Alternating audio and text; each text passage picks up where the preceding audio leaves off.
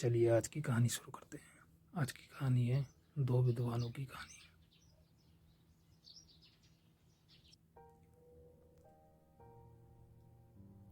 बहुत पुरानी बात है।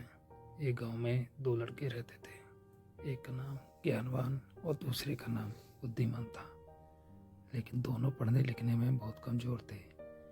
दोनों के माता पिता उनको लेकर बहुत परेशान थे। उन्होंने ज्ञानवान और बुद्धिमान को अच्छी शिक्षा देने के लिए बनारस भेज दिया। ज्ञानवान और बुद्धिमान ने बनारस में कुछ वर्ष रहकर अध्ययन किया। अब दोनों ही अच्छी शिक्षा ग्रहण कर विद्वान हो चुके थे। विद्वान होने के साथ ही उनमें इस बात का घमंड भी आ गया था कि वह बहुत विद्वान हैं। हर जगह दोनों ही अपने को अधिक श्रेष्ठ और दूसरों को नीचा दिखलाने का प्रयास करते थे। दोनों को कई बार उनके शिक्षकों ने इस बारे में समझाया, किंतु दोनों अपने को ही श्रेष्ठ समझते थे। शिक्षा खत्म होने के बाद दोनों को बनारस से अपने गांव वापस लौटना था। रास्ता बहुत लंबा था। चलते चलते उन्हें रात हो गई और उन्होंने एक गांव में अपना डेरा डाला। गांव के जमींदार को पता चला कि उनके गांव में बनारस के विद्वान आए हुए हैं। जमींदार साहब ने दोनों विद्वानों को रात्रि विश्राम और भोजन के लिए अपने घर आमंत्रित किया। ज्ञानवान और बुद्धिमान दोनों जमींदार के घर आ गए। जमींदार ने दोनों के रुकने की अलग अलग व्यवस्था की और स्वादिष्ट पकवान बनवाए।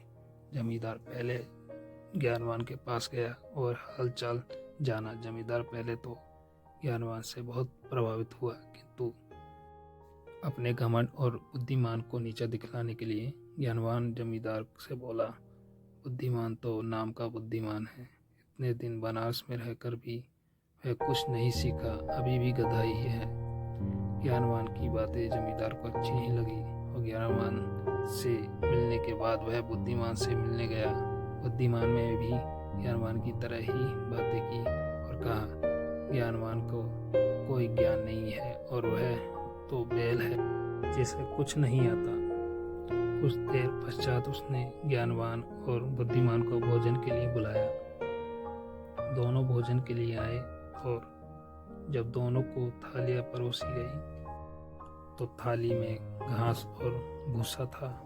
थालियां देखकर दोनों जमींदार पर बहुत क्रोधित होते हुए बोले, आपने यहाँ हमें बेइज्जत करने के लिए बुलाया है?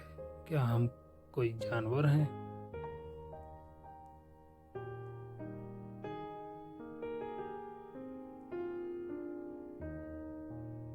जमींदार हाथ जोड़कर बोला, मान्यवर, आप विद्वान हैं और मेरे महान हैं। मेरा उद्देश्य आपकी बेइज्जत करना नहीं है। आप दोनों ही विद्वान होकर एक दूसरे को बैल और गधा बोल रहे थे, इसलिए बैल और गधे को जो भोजन पसंद है मैंने आपको भी वही भोजन परोस दिया। जमींदार की बात सुनकर ज्ञानवान और बुद्धिमान को अपनी गलती का एहसास हुआ और दोनों ने एक दूसरे से क्षमा मांगी और जमींदार को धन्यवाद दिया। जमींदार ने भी दोनों को स्वादिष्ट पकवान खिलाए और दोनों की खूब आओ भगत किया।